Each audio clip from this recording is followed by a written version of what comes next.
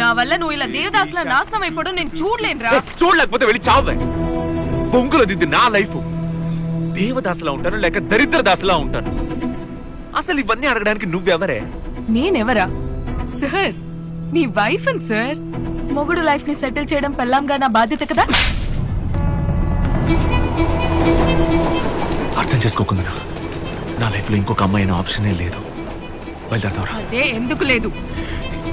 ఎందుకు లేదు? ఇంట్రెస్ట్ లేదు. అదెలా స్కూల్లో ఒక దాంతో కాలేజ్ లో ఒక దాంతో తిరిగి నీకు తక్కువ ఇంట్రెస్ట్ లేకుండా పోతుంది. అదే కొందరు నాకు తెలియట్లేదు.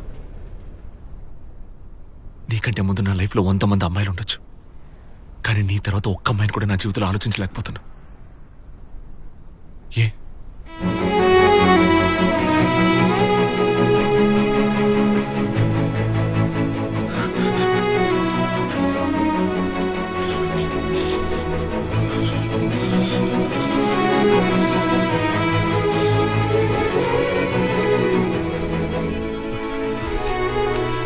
చూడు చూడు చూడు చూడు నీ చెప్పేది వినరా. చూడు రే, నన్ను చూడరా. ఇక మనం లైఫ్ లో ఒకటిగా ఉండలేమనేది డిసైడ్ అయిపోయింది. ఏం చేస్తాం? నాకు నచ్చినప్పుడు నీకు నచ్చలేదు, నీకు నచ్చినప్పుడు నాకు నచ్చలేదు. మన కర్మ. ఇప్పుడేంటి? టైం మిషన్ లో వెళ్ళి ఇవన్నీ మార్చగలమా?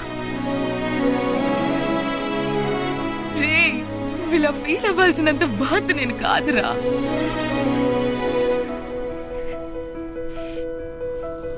అర్థం చేసుకో గగన్.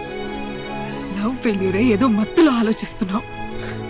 ఏ మత్తైనా సరే అది మనిషిని నాశనం చేస్తుంది. అది మనకొద్దు. తురా, దయచేసి నీ మైండ్ లో నుంచి నన్ను డిలీట్ చేసి ఈ దేవదాస్ దరిద్రదాస్ గెటప్ తీసి పారేసి ఇంతకు ముందులా ఒకరిగా డూడ్లా ఉండరా.